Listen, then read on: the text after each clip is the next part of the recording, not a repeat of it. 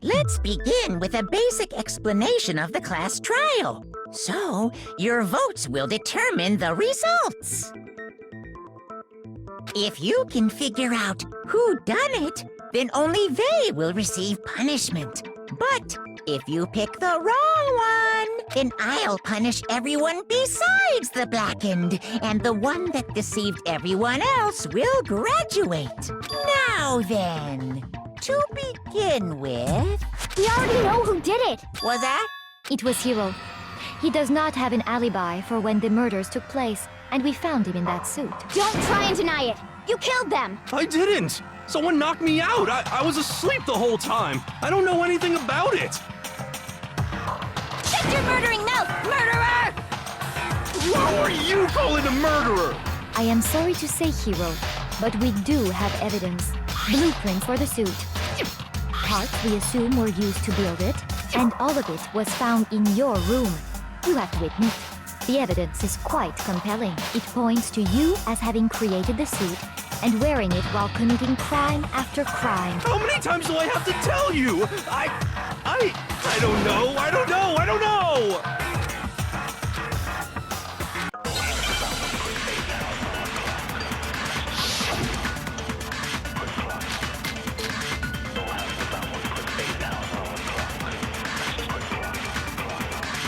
Everything we found in your room. The blueprints, the suit parts, they are all proof enough that you are the culprit. I don't know anything about that stuff! It's not true! It's a conspiracy! Hiro, why? Why did you kill them? No! Just hold on a second!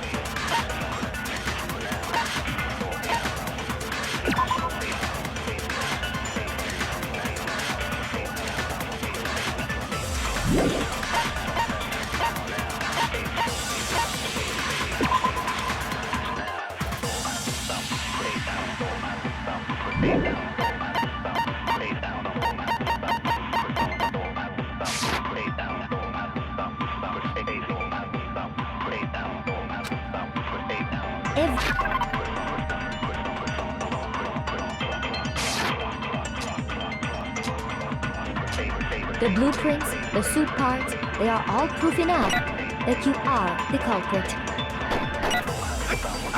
I don't know anything about that stuff! It's not true! It's a conspiracy!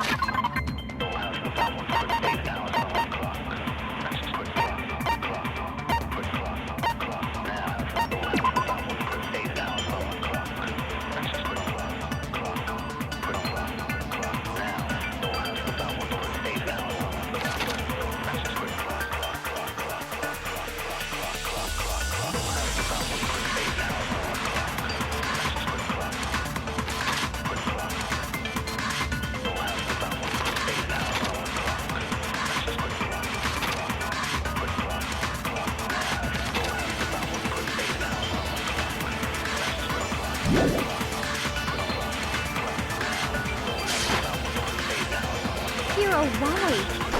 Why did you kill them? No! Just hold on a second!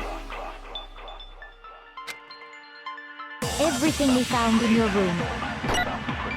The blueprints, the suit parts, they are all proof enough that you are the culprit. I don't know anything about that stuff! It's not true! It's a conspiracy! No! Just hold on a second! Everything we found in your room. The blueprints, the suit parts, they are all proof enough.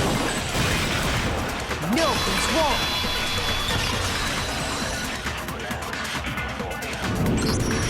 Are we sure Hero really made those blueprints? What do you mean? Well, take a look at this. It's the note that Hero wrote, asking everyone to meet up after Alter Ego disappeared. The handwriting's obviously different, wouldn't you say?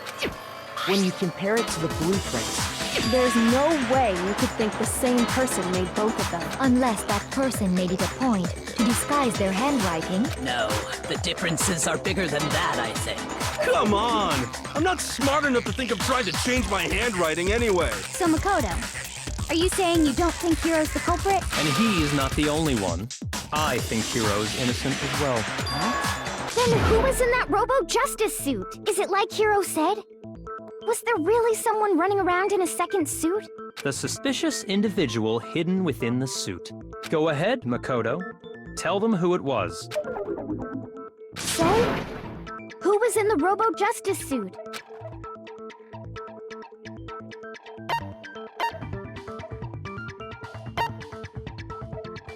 I got it!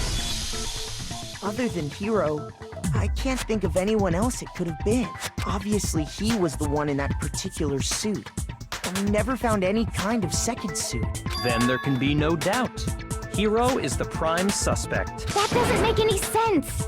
You just said Hero didn't do it! It makes perfect sense. Hero was the suspicious individual in the suit, but he's not the culprit. So what you're saying is... That's right. The culprit in this case has nothing to do with being in the Robo-Justice suit. What? Now that's a bold assumption! And what reason do you have to make such a statement? You do have a reason, yes? Of course. But before we get to that, there's something else we need to clarify first. So let's get that out of the way. Hey, stop trying to boss us around! All things have a proper order. So what is it? What needs to be clarified? We must clarify the method of transportation for Taka's lifeless body. It would seem that his corpse was moved using certain particular items. Makoto, can you tell us what they were?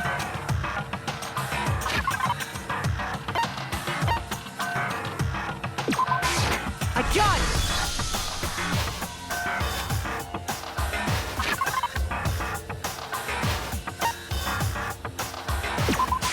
I got it!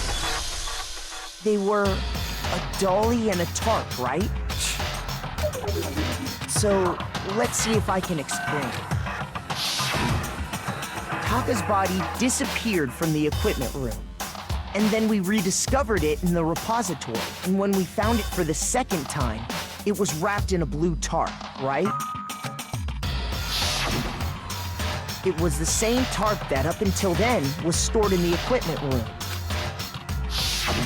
So the killer must have seen it there and decided to use it when they moved Taka's body.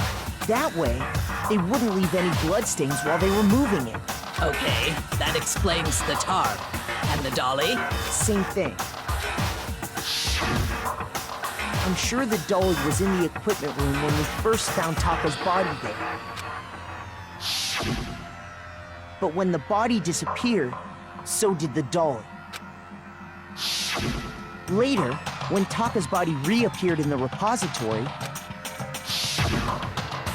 so did the dolly. In other words, you think they used the dolly to move the body. Am I right? But are you sure you are not mistaken? Huh? Are you absolutely positive the dolly was in the equipment room when we found Taka's body? That dolly was made specifically for moving large objects between the repository and the art room. It would be very strange indeed to discover it had made its way to the equipment room. Is it not possible that it was in the repository all along and you simply didn't realize it? She's raised an objection. How do you respond? There is no shame in being wrong. Nobody expects much from you anyway. We have all accepted the fact that you rarely understand what is going on around you.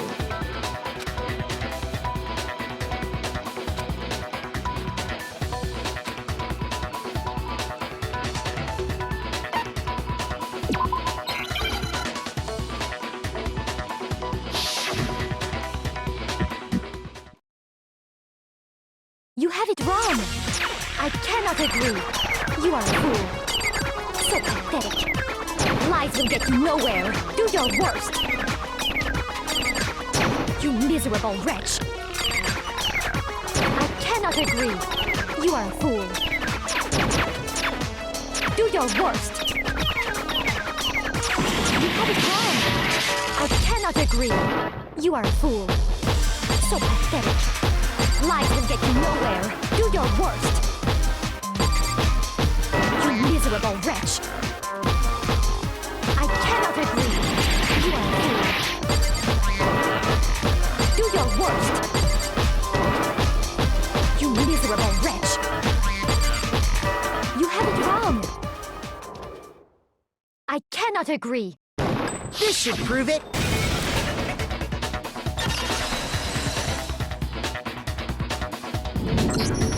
If you're asking for proof that the dolly moved, I have it right here. When I found the dolly in the repository, one of the wheels had a blood stain on it. There was a pool of blood in the equipment room with a tire mark in it that matched the dolly wheel's tread. The killer probably rolled the dolly through the blood on accident as they wheeled the body out of the room. And as the blood dried on the tire, they moved the body into the repository. So there's my proof that the dolly was used to move Taka's body. Well, anyway, that was just something we had to get out of the way.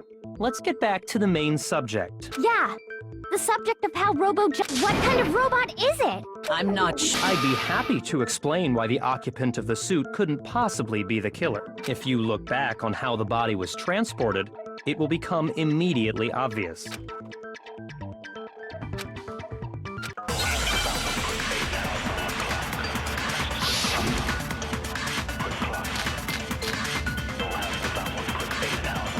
As we know, Taka was killed in the equipment room.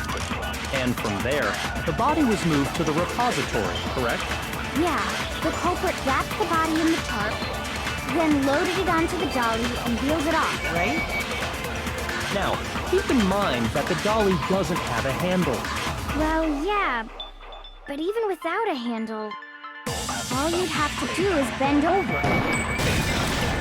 No, that's wrong.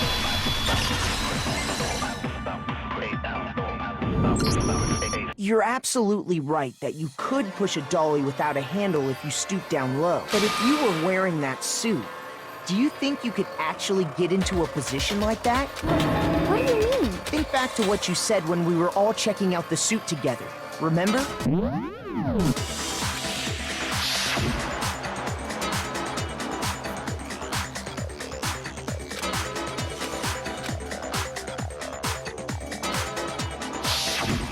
When you're in that suit, not only can you not see your feet, but you can't even bend at the waist. Am I right about that?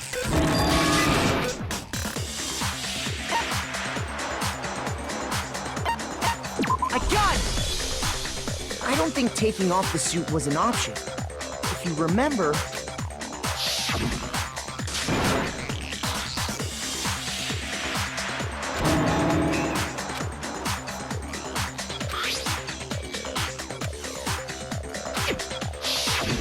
That's true. It seems impossible to put the suit on or take it off without help. Then, you really can't take it off by yourself? Hiro wasn't just making it up? Of course I wasn't making it up. If he could have gotten it off by himself, I don't think he would have let us see him wearing it. Showing up in the suit was basically an invitation for everyone to suspect it. Yeah, that's right. So, it's really, really true that Robo Justice couldn't have moved the dolly? To be clear, whoever did move the body, it couldn't have been Hiro in the robot suit, correct? No, wait. Just a second, if you please. Have you forgotten about the picture that I took? You all got a good look at it, did you not? The image of Hifumi being dragged away by Robo Justice?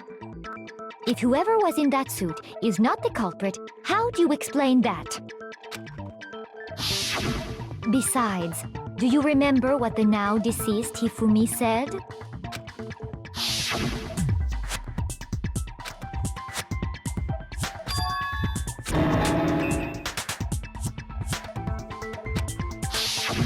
So long as those facts exist, the proper conclusion is beyond question. The individual inside the suit and the culprit are one and the same. It was Hiro, without a doubt. Yeah, that's gotta be right. Hold on a second.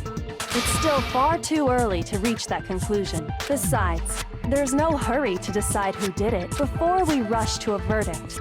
Shouldn't we explore every single possibility? Instead of seizing on one viewpoint, the truth is uncovered by analyzing things from every angle. Perhaps, but where do we go from here?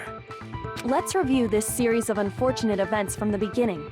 Maybe we'll uncover something new. What a pain in the ass! I don't disagree, but our lives are on the line. If this is what it takes, we have to do it. Plus, maybe we'll get to find out where the heck Kyoko was when everything went down. All right then, let's take another look back at what happened. I suppose we could start with this morning. 4 of us gathered together in the dining hall. Makoto, Hina, Kyoko, and myself. We waited there for quite a while, but nobody else showed up. So we went to look for everyone. That was around 8 a.m. And as soon as we split up, Kyoko went missing. Soon after that, Hina found Celeste in the rec room and quickly came to get Makoto and me. It seems I was unconscious for about an hour after I was attacked by my mystery assailant. I know it was an hour because I remember being attacked a little after 7. That was when we saw Celeste's picture and discovered that her assailant had been wearing a strange costume. As it turns out, it was Robo Justice. It also soon became clear that this same Robo Justice had abducted Hifumi. We were soon joined in our search by Byakuya and Toko, and then went on to find Hifumi in the library. He was injured, so we took him to the nurse's office and resumed our search for the suspect. But not long after leaving the nurse's office,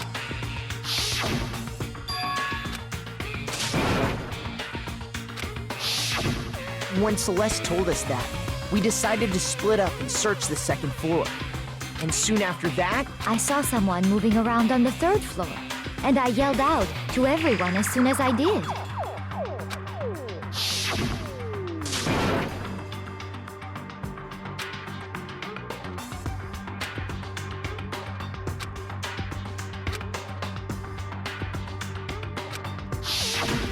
and then...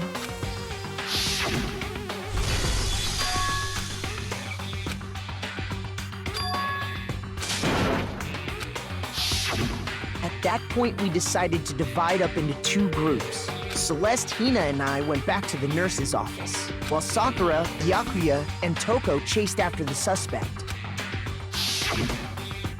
When we got back to the nurse's office, we found Hifumi, dead. And that's when we heard the body discovery announcement. I left Celeste and Hina there and headed back to the 3rd floor to let the others know what had happened. Meanwhile, we had just discovered Taka's body in the equipment room. We must have found both bodies at almost exactly the same time, because we heard the same announcement not long after we discovered his body. And that's when I told you guys about Hifumi. Then the 3 of us headed for the nurse's office. But right after we left the physics lab, we ran into Celeste, who'd arrived after us. And she told us something very surprising. We rushed back to the nurse's office and saw that she was right. Then we remembered we'd left Toko passed out in the equipment room, so we hurried back again.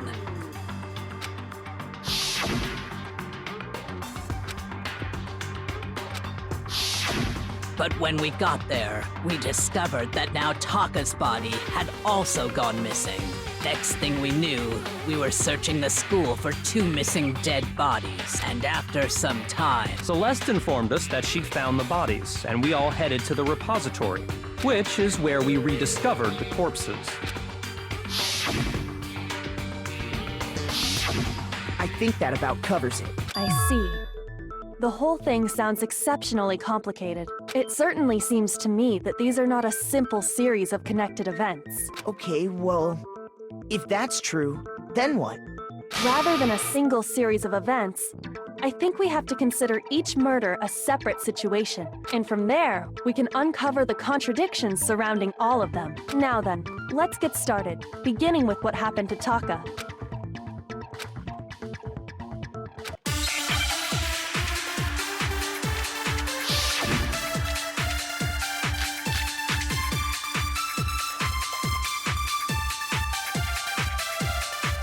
So, regarding Taka's death, I wonder if he died before Hifumi, or perhaps it was after?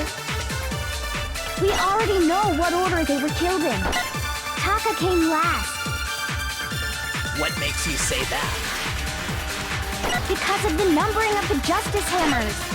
It's true that Hifumi was killed with Justice Hammer 3, while Taka's death came from a swing of Justice Hammer 4. See? So it's obvious Taka came after.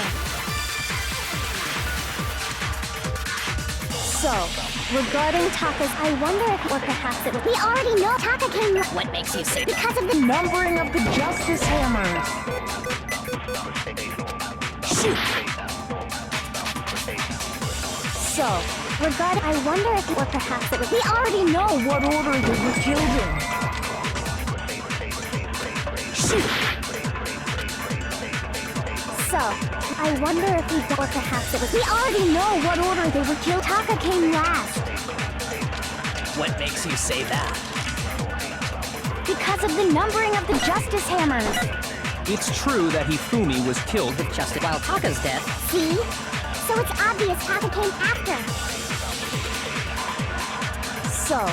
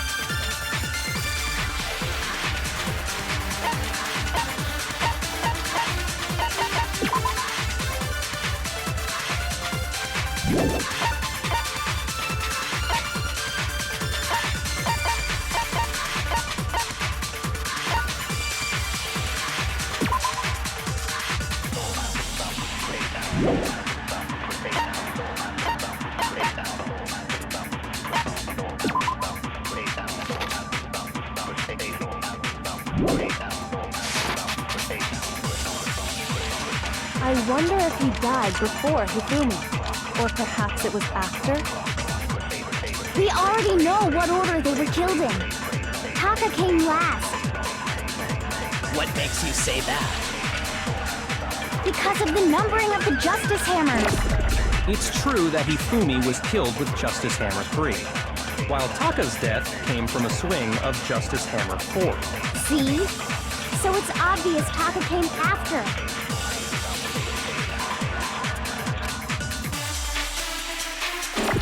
So, regarding Taka's death, I wonder if he died before Hifumi, or perhaps it was after? We already know what order they were killed in. Taka came last. What makes you say that? Because of the numbering of the Justice Hammers. It's true that Hifumi was killed with Justice Hammer 3, While Taka's death, See? So it's obvious Taka came after.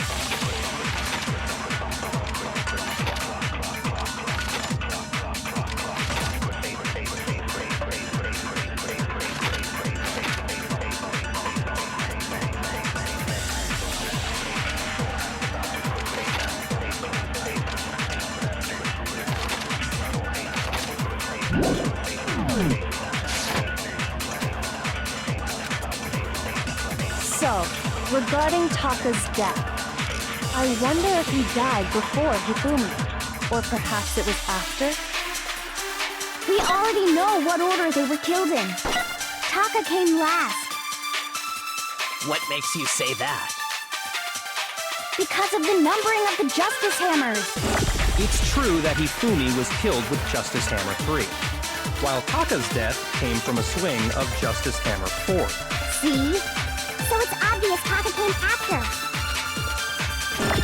So, regarding Taka's death, I wonder if he died before Hifumi, or perhaps it was after? We already know what order they were killed in. Taka came last. What makes you say that? Because of the numbering of the Justice Hammers. It's true that Hifumi was killed with Justice Hammer 3, while Taka's death came from a swing. See? So it's obvious Taka came after. So, regarding I wonder if he, or perhaps it was, We already know what order. No, that's wrong.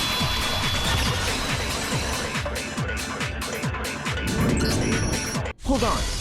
There's no reason to assume that the hammers were used in the same order as their numbers. If anything, that's just another way the killer tried to disguise their actions. So you're saying the culprit wanted us to think the hammers were used in order, but in reality, Taka was killed before Hifumi? Okay then, let's see the proof.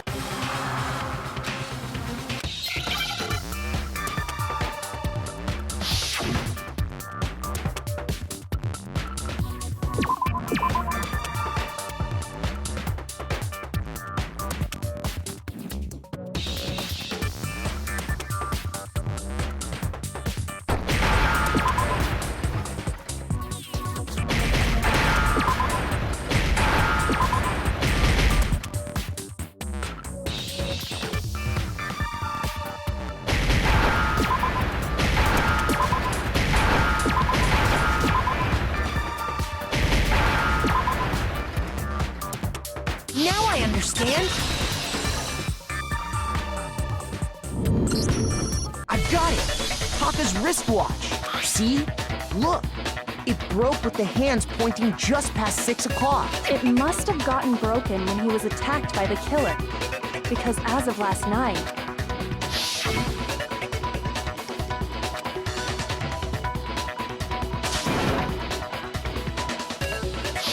so if it wasn't broken after 6 last night, then he must have been attacked around 6 this morning. And that would be his official time of death. But if that's true, then he was killed well before Hifumi. And before Celeste was attacked this morning, which happened around 7. That's right. Taka was killed before any of the other incidents took place. That simple fact slipped past all of us. We made the wrong assumption about the order of events, all because of those justice hammers. That's exactly why the culprit wrote the numbers on each hammer and had them increase in size. That way, when we saw how they were used in each incident, we'd easily make that wrong assumption. Now, if Taka was killed around 6, then everyone's alibis for his murder go out the window, because when he was killed, we hadn't met up in the dining hall yet. That may be true in the case of Taka's murder, but all of our alibis still hold true for Hifumi's death. That's right. With him, at least, we're all safe.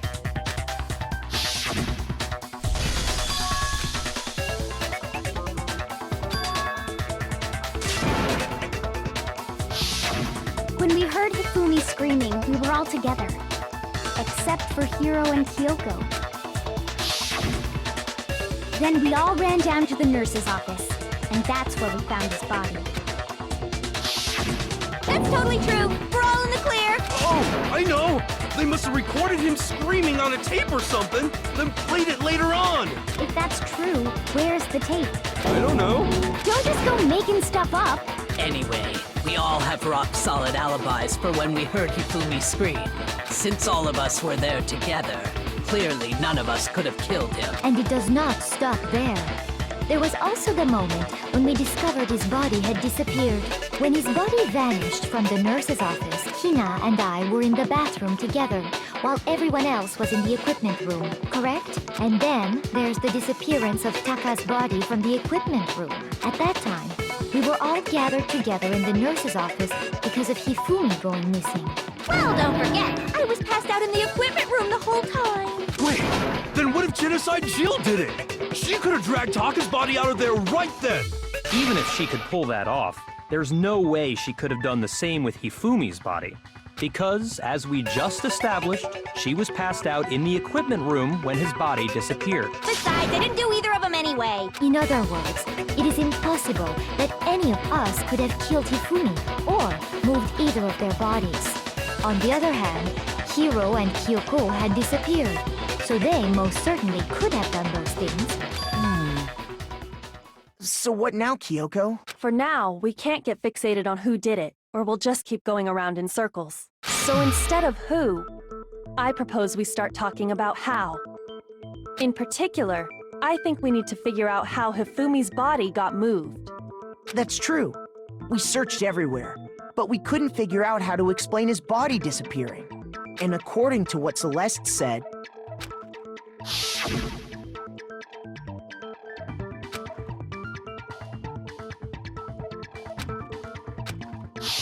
his body apparently disappeared in the 1 minute her and Hina took their eyes off of it. But to carry that much weight from the first floor up to the third in that short amount of time? Oh man, yeah! There's no way! It'd be impossible! Well, what if I told you there was a way to make the impossible possible? What? How? If the dead body were to move itself. The dead body moved on its own? No! Not another... ghost! I don't think it has anything to do with the occult. I think what she's implying is we thought Hifumi was dead, but perhaps in reality he was still alive. He was alive? Are you saying Hifumi wasn't carried out of the nurse's office, but simply walked out on his own? But I mean, we found his body. He was dead. Perhaps he was simply playing dead. That it isn't possible.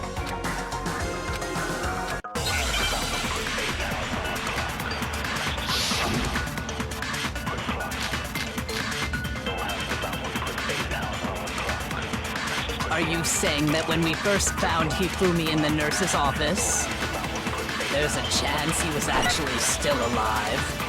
No, it is impossible. Hifumi was dead, without a doubt. And you know that how? Surely you heard the body discovery announcement along with the rest of us. Hifumi's dead body had been found. And that is why the announcement was made. Are we really so sure about that? Maybe the announcement was intended to signal someone else's discovery. Are you saying that when we first found Hifumi and then there's a chance No. Hifumi was dead, and you know that. Surely you heard the body that Hifumi's dead body had been found. No, it's wrong!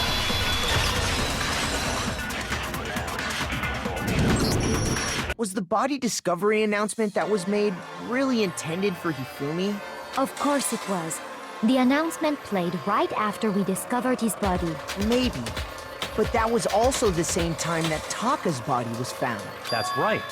It wasn't long after finding his body that we heard the announcement. So there's a good chance we've made a mistake in there somewhere. I think we've confused... First of all, if 2 bodies had been found, there really should have been 2 announcements. Maybe Monokuma simply got lazy and rolled them together into one. What do you say, Monokuma?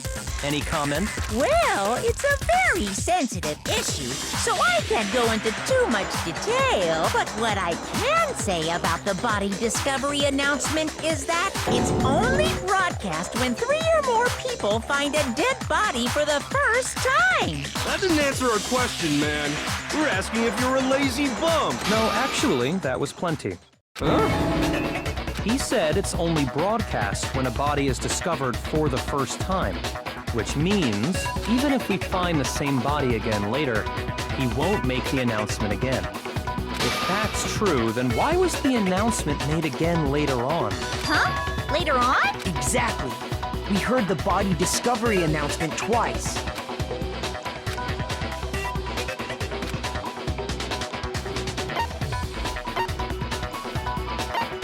I got it! We heard it a second time in the repository, when we rediscovered the 2 bodies.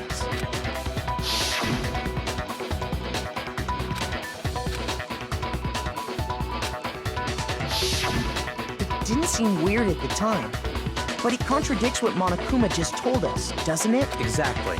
If we were actually rediscovering both bodies, the announcement shouldn't have played. And in reality, when the 2 dead bodies were rediscovered, one of them was actually being discovered for the first time. So, when we found Hifumi the first time in the nurse's office, he wasn't actually dead yet, meaning he wasn't actually found dead until we came upon him in the repository. And that's just part of it. There's one other thing that leads me to believe he was still alive in the nurse's office. Oh, I know, because he was super good at playing dead! That is the worst logic I have ever heard. But honestly, I do not think there's anything that can prove he was still alive. Okay then, let's take another look at the events surrounding the discovery of his body. Then it should become clear whether he was really alive or not. This whole thing is pointless.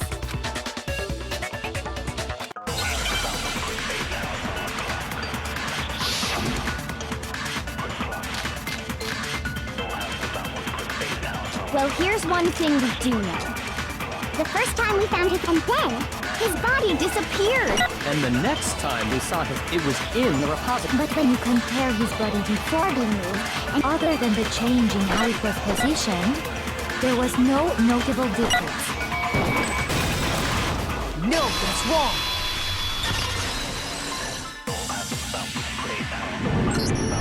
In fact, there was one clear difference between Hifumi in the nurse's office and the repository: his glasses. That fact alone proves that he was only playing dead in the beginning. Perhaps you'd like to fill the rest of us in? When we found Hifumi in the nurse's office, his glasses were covered with blood. But when we found him again later in the repository, they were spotless. And I found the item he used to wipe them clean in the nurse's office trash can.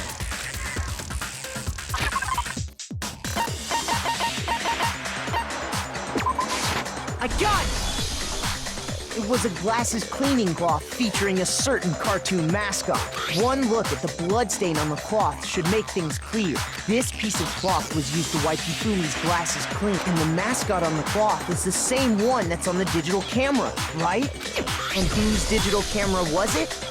Hifumi's, of course. The character was Princess Piggles from Demon Angel Pretty Pudgy Princess, I think. I highly doubt anyone but Hifumi would have brought something like this to school. I see your point. And the only people here who wear glasses are... I wouldn't be caught dead using a tacky piece of garbage like that. A few tissues is all I need to keep my glasses clean. Then there's no question. It belonged to Hifumi.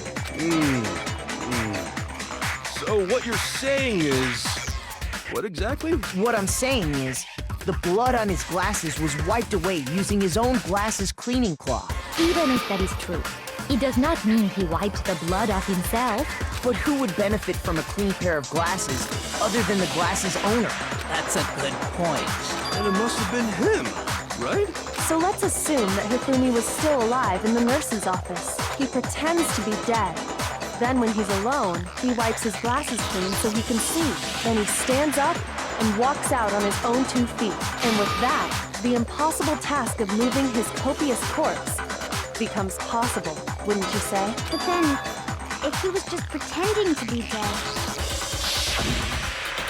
what was with all that blood? Was it paint or something? The fridge in the nurse's office contains packs of blood for emergencies. He probably used one of those. He figured if he was gonna play dead, he should go all out, so he just dumped it everywhere! But he got crazy with it and had to wipe his glasses off when he was done! God, what an idiot! And if Hifumi was still alive at that point, the disappearance of Taka's body is easily, it should be perfectly obvious. I got it! It could only have been Hifumi. While we were all gathered in the nurse's office, he went to the equipment room and took Taka's body. That also explains how the door to the repository got locked. The door was locked? Well, after the bodies disappeared, we all went looking for them, right? So me and Sakura headed for the repository. But when we got there, the door was locked. And the repository door can only be locked from the inside. Which means, when Hina and Sakura got to the repository, someone was already inside. And it could only have been Hifumi, who just finished stashing Taka's body there. He convinced us all he was dead, and when he saw his chance, he dragged Taka's body to the repository. So, Hifumi wasn't just another victim in this case. He was one of the assailants. But that means he took part in the murders. I just can't believe it. If you're having trouble, would you like me to show you one more piece of evidence? There's more? Oh, absolutely. The single biggest fact pointing to his involvement has yet to be revealed. You know what I'm talking about, right, Makoto? The item he took off of Taka's lifeless body?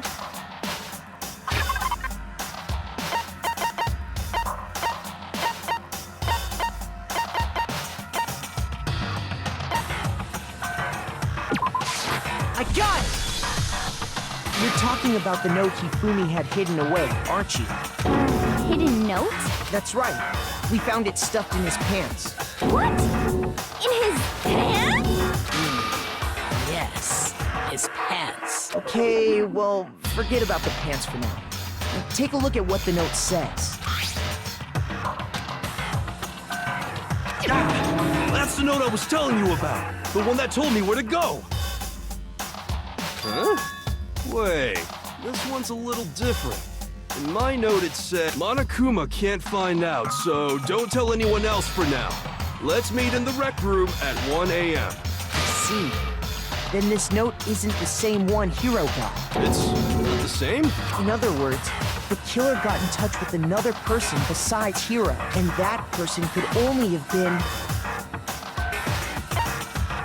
I got it! That's right! Taka! The killer used this note to draw out Taka and murder him. Hello? Over here! Objection! Objection! I don't really understand what's going on, but Hifumi had that letter, right? So whoever wrote it wasn't drawing out TikTok, they were drawing out Huffy! Just to be clear, TikTok is Taka and Huffy is Hifumi, right? Oh, yes! Why must you ruin it every time?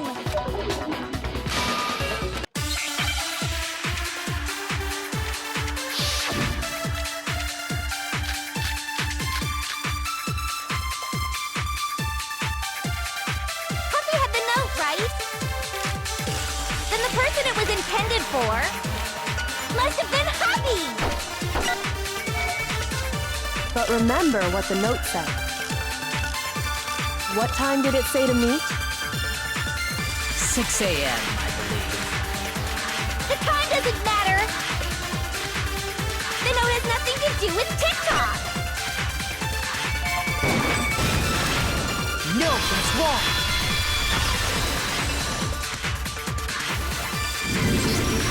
No, they're absolutely... What the hell are you talking about?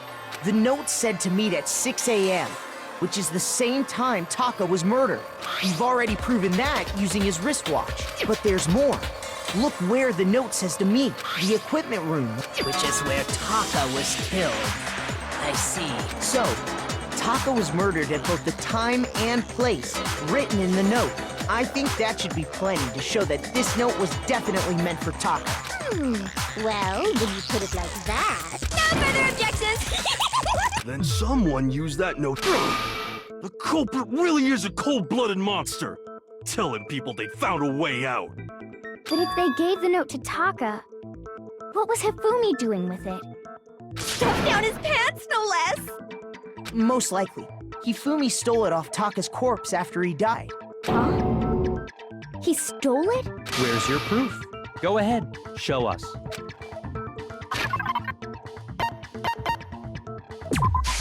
I got it!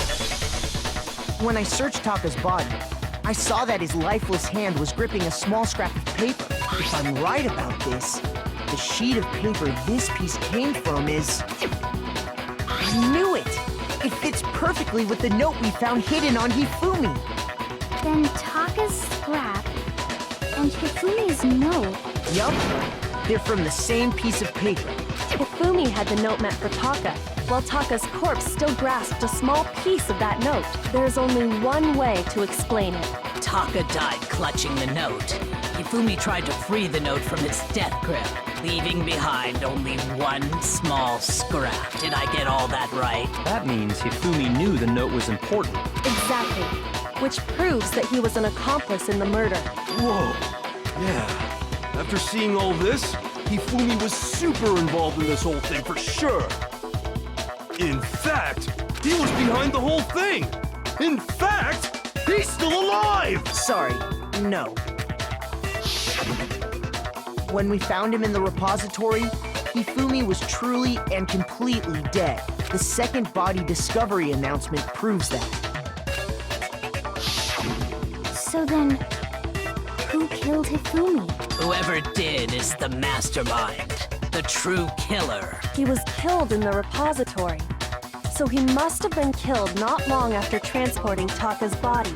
So, he must have been killed after Taka's body vanished.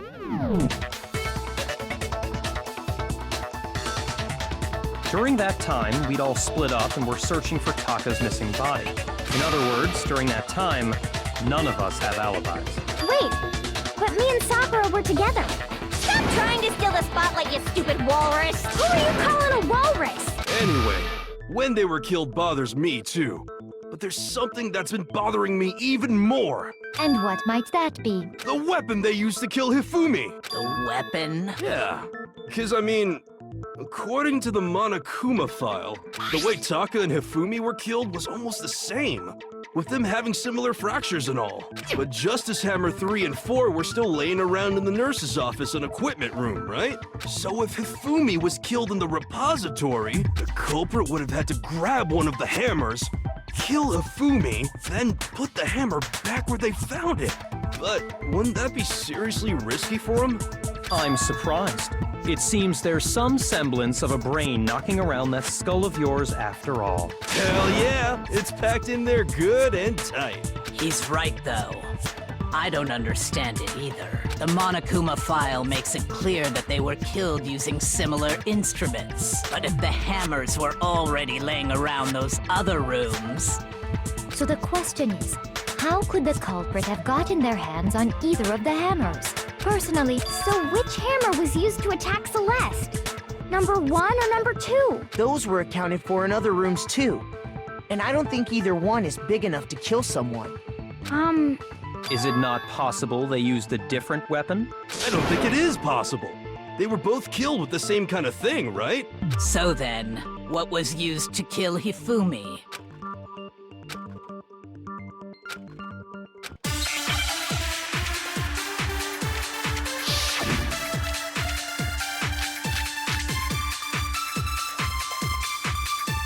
What was used to kill Hifumi? Was it Justice Hammer 3? Maybe Justice Hammer 4? Well, whatever it was, there's one thing we have to figure out. How was the culprit able to move around so freely with the weapon? How did nobody witness them carrying it? Sounds like a Justice Hammer 5 is about to make its appearance! Check out murdergear.com/hammertime for more info! Well, one thing seems pretty clear. The murder weapon had to be one of the Justice Hammers! And... No, it's wrong!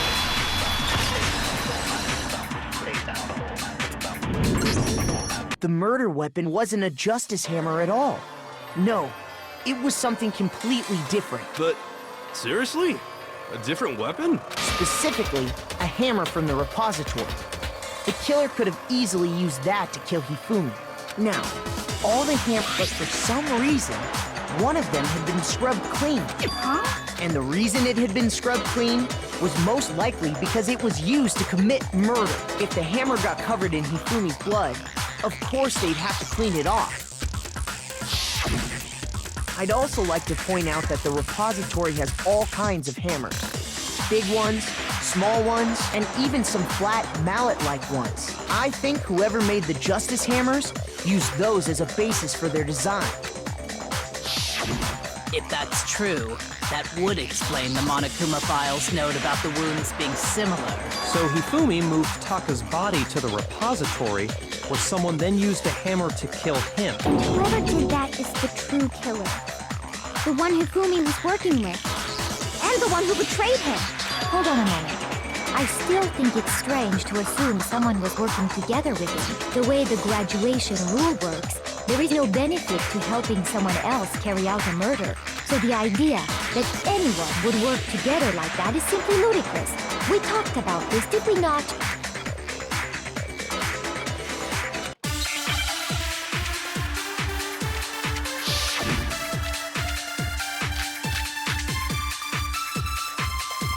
Based on the rules that have been laid out for us, even if more than one person is complicit in the murder, only the one who actually carried out the act can graduate and survive.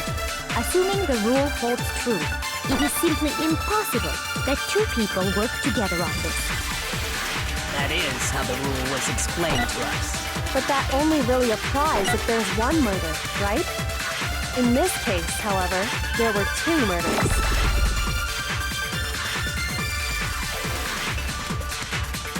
Based on the rules that have been laid out for us, even if more than one person is complicit in the murder, only the one who actually carried out the act can graduate and survive, assuming the rule holds true.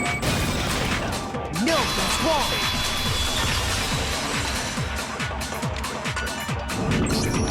Since there were two murders, it's at least plausible that more than one person was involved. What do you mean? If there'd only been one murder, then yes, the idea of an accomplice isn't really worth considering. Naturally, if only one person can be saved per murder, an accomplice has no risk versus reward benefit. Risk versus reward benefit? The payoff for working together. The reward that balances out the risk of taking part in a scheme. There's no point in being someone's accomplice if there's no benefit to you. However, if there were some potential mutual reward for the risk, then cooperation becomes possible. You're saying that two people could act as each other's accomplices to commit two separate murders. I think that's what the true killer told Hifumi. They would each have an accomplice for their crime, and based on the case's events, Hifumi would have been the first one to act, murdering Taka. They made him carry out the first murder so he couldn't back out of helping them later on. So in this case, there wasn't one single person committing multiple murders. Instead, each person killed someone, creating two separate incidents. And it only looked like one person because that's how the true killer designed it to look. A single suspicious individual, a similar weapon used in each crime, disappearing bodies. By creating one seamless set of circumstances, they made it look like one person was behind it all. The mastermind picked their target and managed to convince him to go along with their plan. And then, to avoid the no accomplices rule, they simply killed their accomplice. Which, if true, means that betraying Hifumi was part of the plan from the very beginning. That's just awful. How could anyone be so cruel? You think so? I can't help but admire its cunning. Still, their choice of accomplice seems odd.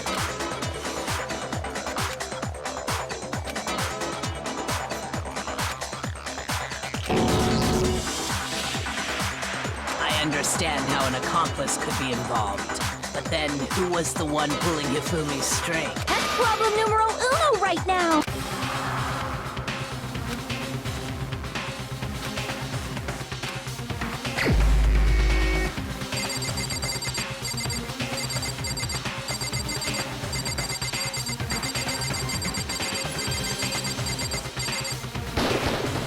Here's my answer. It was Celeste. So I'm the suspicious individual now, am I? I really do hate this kind of joke. A joke? I wonder. So what you are saying, then, is that I specifically chose to work together with Hifumi. The idea that I would choose to spend any amount of time interacting with him, that I would go within 10 feet of that shit from brains, that lazy, worthless, goddamn idiot! Pardonnez-moi. Just to be clear, there is evidence to support it. Is that so? It is. Throughout the investigation, there was certain behavior that was common only to the two of you. Considering what we've learned so far, it only further proves that the two of you were working together.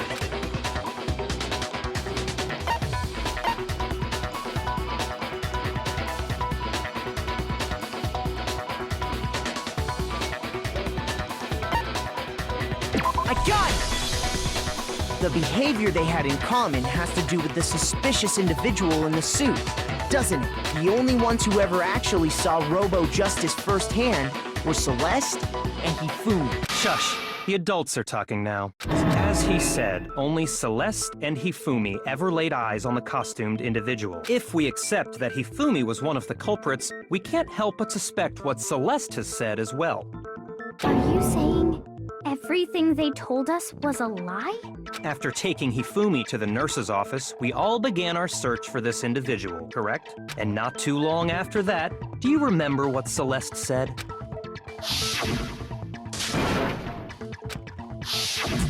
We headed to the second floor specifically because of what she claimed to have seen. Next, to draw us all to the physics lab up on the third floor, She let out a blood-curdling scream. and when we'd all come to see what was wrong, what was it she said?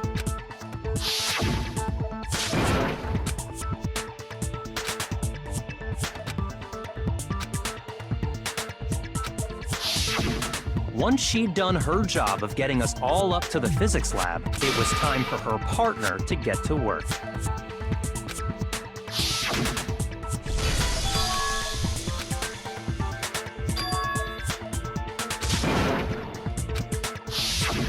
It was to get us to divide into two groups. So that we would discover both bodies at the same time? In fact, Celeste was precisely the one who proposed that we split up.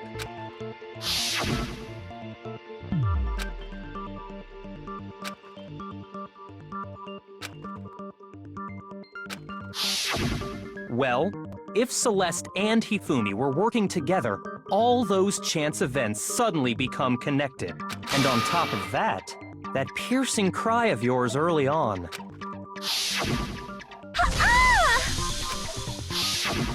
That was to signal Hifumi, wasn't it? It was your way of telling him, we're on the third floor, everything's going according to plan. Why else would you let out a scream that could have carried across the sea? I just realized another strange thing. When we found Hifumi in the nurse's office, who we now know was only pretending to be dead,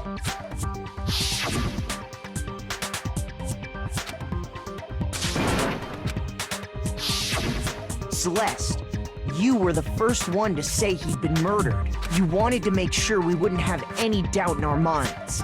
I don't believe it. Everything, the whole thing was one big act.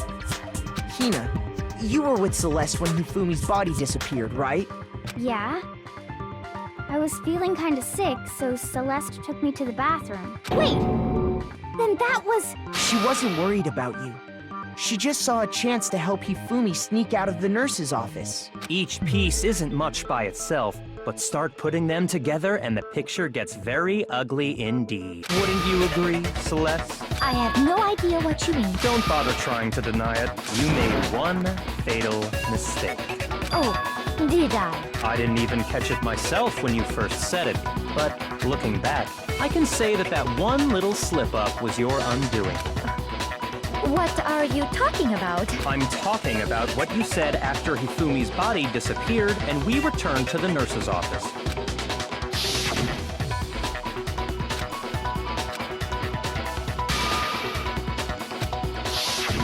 I remember her saying that too, but I don't understand what's so strange about it. Then pay attention. Sakura, Toko, and I were first to discover Taka's body in the equipment room. Then Makoto showed up and told us Hifumi had been killed. So Sakura and I left with Makoto. Once we were in the hall, we ran into Celeste, and the four of us headed to the nurse's office. Now, the entire time we were together, none of us said anything about Taka being dead. Think about it. Celeste's comment doesn't make sense. It was completely out of place. Yeah, I see what you're talking about. Although I don't really get what it means. You hear that, Celeste? Everyone's having some trouble understanding. Could you repeat what you said? If you're really not the culprit, you shouldn't have any problem repeating it, right?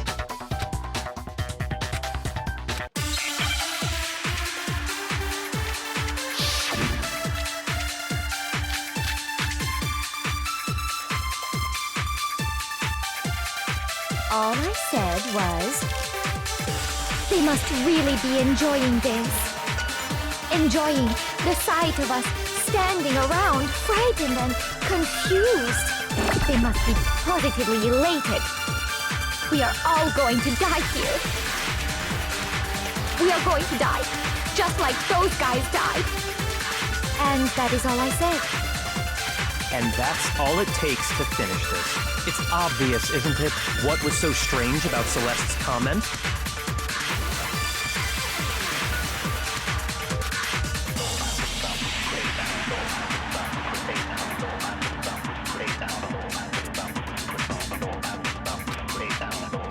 All I said was... They must really be enjoying this. Enjoying the sight of us standing around, frightened and confused. They must be positively elated. We are all going to die here. We are going to die, just like those guys died. And that is all I said. And that's all it takes to finish this. It's obvious, isn't it, what was so strange about Celeste's comment? Shoot! All I said, they must really be enjoying the sight of us. They must be... We are all going to die here. We are going to die, just like those guys died. And that is all I said. And that's all it takes. What was so strange about Celeste's comment? Shoot! All I said, they must really be enjoying the sight of us standing around. They must be... We are all going to... We are going to die. And that is all... And that's all it takes. What was so strange about Celeste's comment? Shoot! All I said, they must really be enjoying the sight of us. They must be... We are all going to... We are going to die.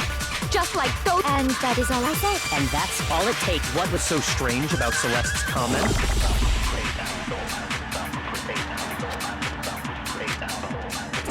All I said was...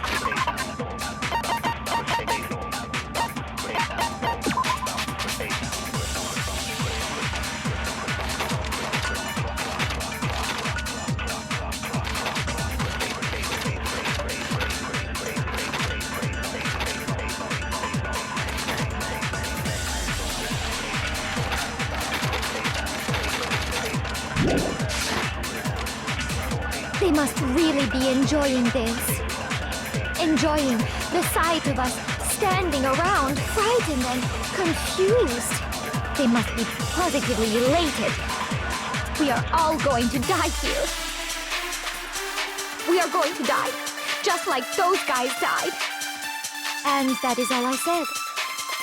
And that's all it takes to finish this. It's obvious, isn't it? What was so strange about Celeste's comment? All I said was, they must really be enjoying this. Enjoying the sight of us standing around, frightened and confused. They must be positively elated. We are all going to die here. Shoot! All I said was, they must really be enjoying this. Enjoying the sight of us. They must be. We are going to die. And that is And that's all it takes. What was so strange about Celeste's comment? all I said was, they must really be enjoying this. Enjoying the sight of us. They must be. We are all going to die. We are going to die. Just. No, that's wrong.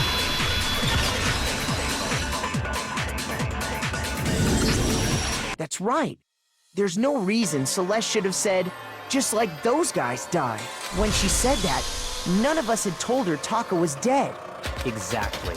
And we didn't run into her until after we were all out in the hall. So there was never any chance for her to have seen his body in the equipment room for herself.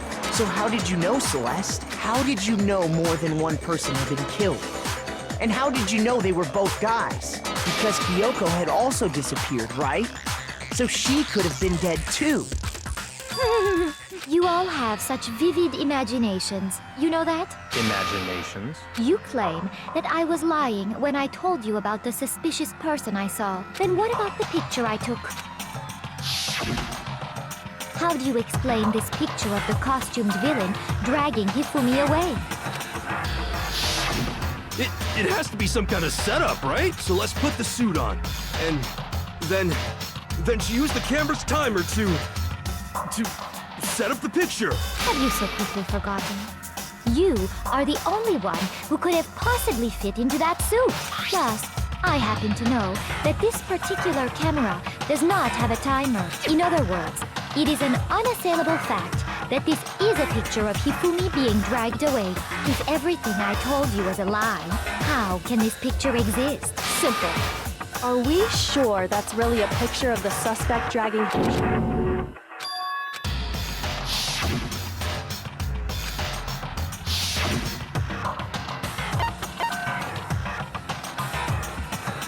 I got it! It's not a picture of the suspect dragging Hifumi away. I would say it's a picture of Hifumi dragging the suspect away. That's certainly within the realm of possibility. The one being dragged off in that picture isn't Hifumi, but the person in the robot suit. We've simply been led to believe that it's the other way around. And the strange costume might only exist to lead us astray even farther. If you saw someone wearing something like that in this situation, of course you'd notice and be suspicious. That's what happened! You put me to sleep and made me out to be the bad guy in all this! Such a thing is utterly impossible. Hifumi was dragging him away? Ridiculous. Is it? I don't think it's ridiculous at all. Then shut your mouth and allow me to educate you.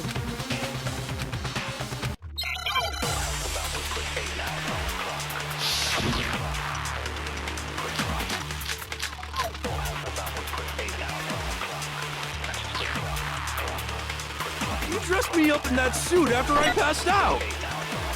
Then you just draped me across Hifumi and had him carry my weight! You tried to make me look like the bad guy! Like I said, ridiculous. As you can see in the picture, the suspect is standing perfectly upright. If the person inside the suit was unconscious, there's no way they could stand up straight like that. Then the fortune-telling idiot is the culprit after all! No way!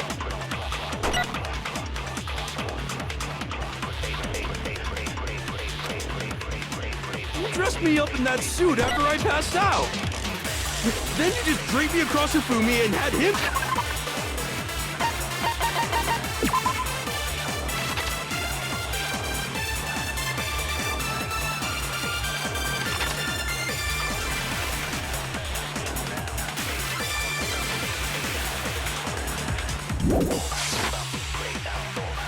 You tried to make me look like the bad guy! Like I said, ridiculous. As you can see in the picture, the suspect is standing perfectly upright.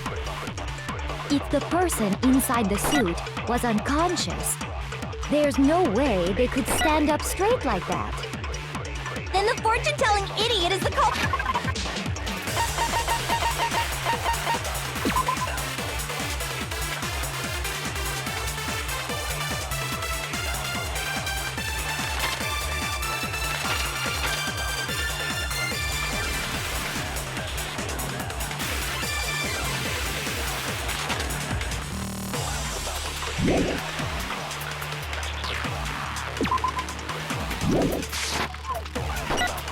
No way!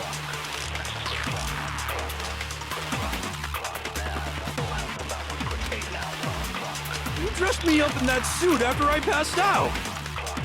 Then you just draped me across Hifumi and had him carry my weight. You tried to make me look like the bad guy. Like I said, ridiculous. As you can see in the picture, the suspect is standing perfectly upright. If the person inside the suit was unconscious, there's no way they could stand up straight like that. No, that's wrong!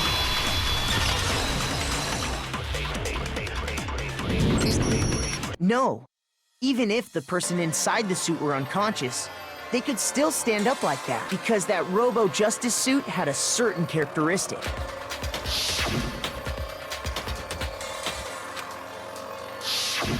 That's right!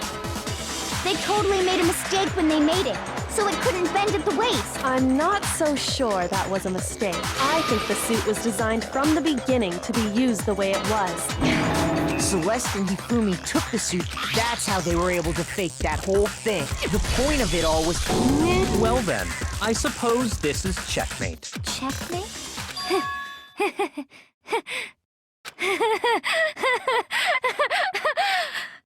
Don't make me laugh, you idiot! What do you mean, checkmate? Celeste? Clearly, you want to cram me into your little guilty box. Well, there's one little problem. Have you already forgotten what Hifumi told us as he lay dying?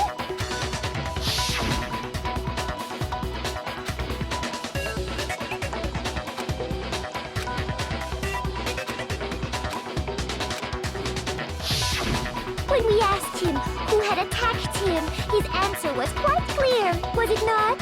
He said, and I quote, Yasuhiro. In other words, Yasuhiro Hagakure! Right, but my name isn't really Yasuhiro.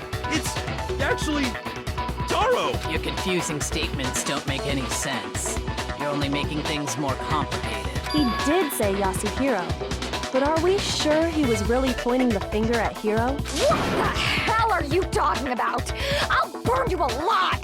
Kyoko, what do you mean by that? Think back to how Hifumi used to talk to us. How did he refer to each of us?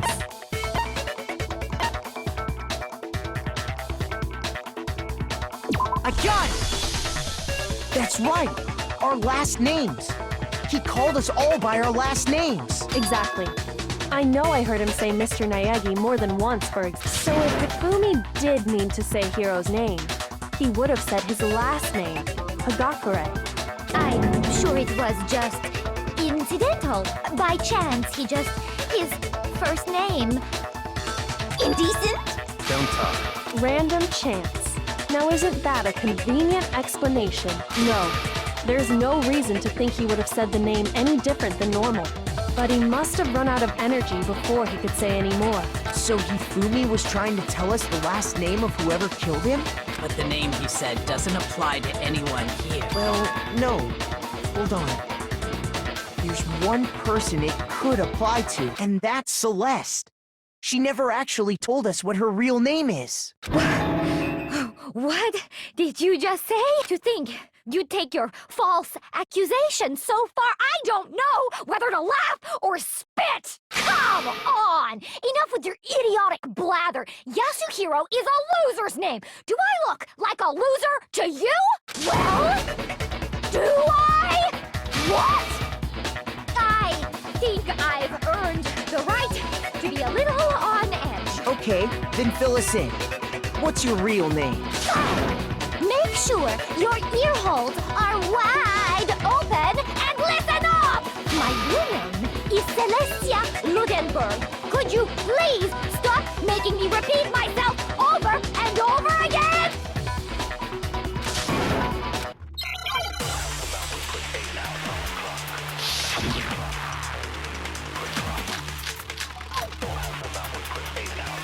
Hifumi was trying to tell us something. He wanted us to know the killer's last name. Yasuhiro.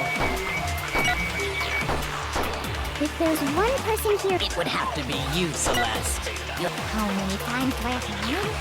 Celestia Ludenberg! How long do you plan to go on pretending? I'm not pretending. And since you have no way to contradict me... No, that's wrong.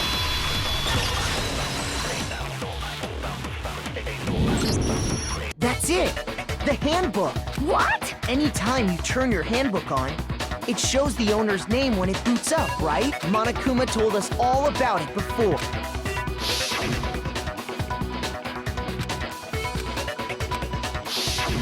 So all we have to do is check her handbook, and that'll clear up everything. That's how we can find out Celeste's real name. That's an invasion of privacy. I refuse to cooperate. Celeste, can you please just tell us what really happened? Please, just tell us. Even when I'm put in check, it's just my nature not to give up. Because until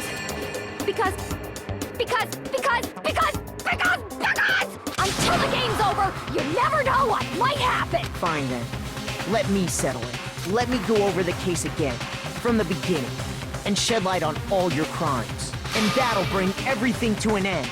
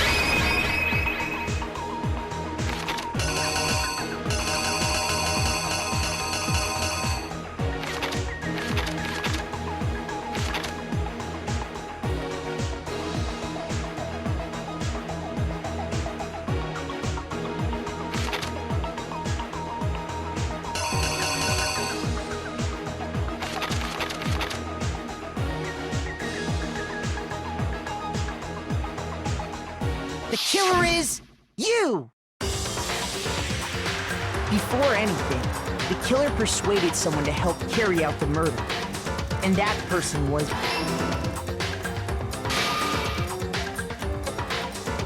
Hifumi. With an accomplice, the killer was able to execute a number of otherwise impossible schemes.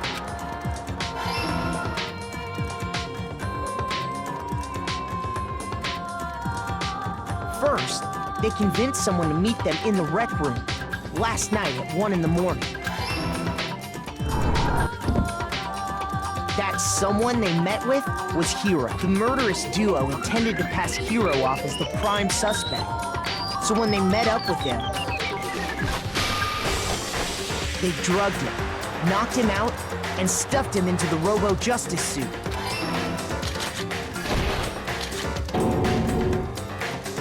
Next, Hifumi positioned himself to make it look like Robo-Justice was attacking him, while the killer used a digital camera to take pictures of the assault. They did all this just to create evidence that would put the suspicion on Hiro. When they were done with him, they shoved him, still unconscious, into the pool room locker. And then finally, at 6 a.m., they moved into the murder phase of their plan. They called Taka to the equipment room.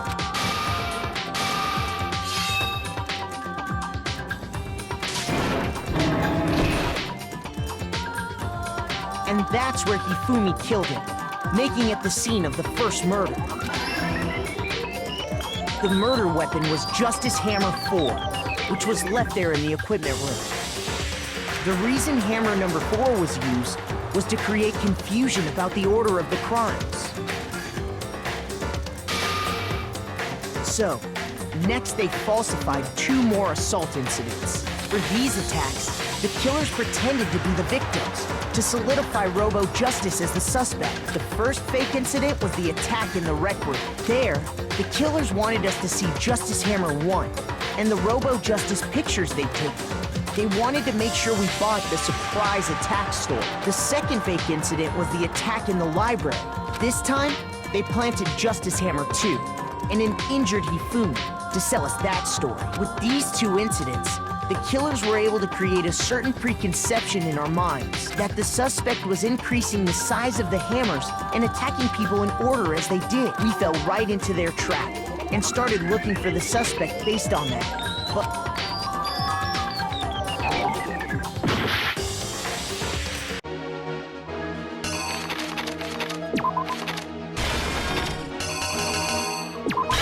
the killer is you!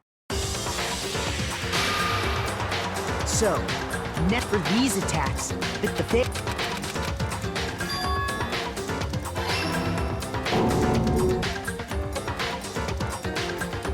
While we did that, we left Hifumi alone in the nurse's office. This was exactly what Hifumi was hoping for. He took a and turned. He let out a scream to draw us back. And when we returned, that's what we found. Meanwhile, the other group that had been out searching found Taka's body at the same time. We left the nurse's office. He simply got up and made his escape. When we learned his body had disappeared, we all rushed back to the nurse's office. And once again, Hifumi had the chance he was waiting for. This time, he snuck into the equipment room.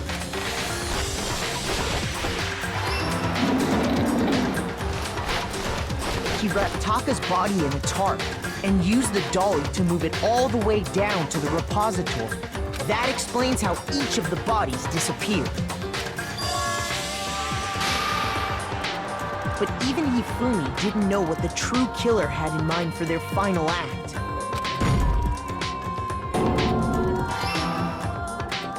Their plan all along was to kill Hifumi and get rid of the one person who could betray them. And they did it using an ordinary, everyday hammer from the repository. That should cover everything that happened in this case. And the villain behind it all is...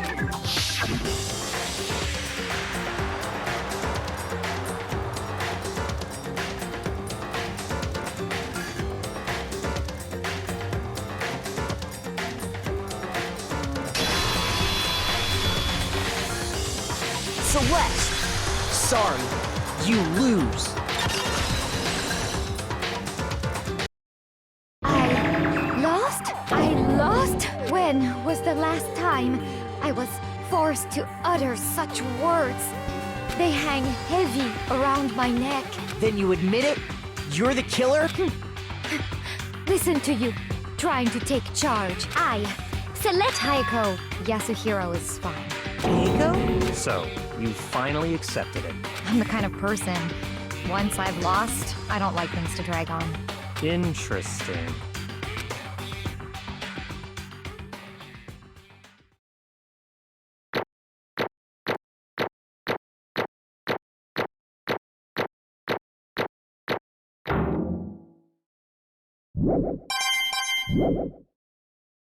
Okay, Monokuma.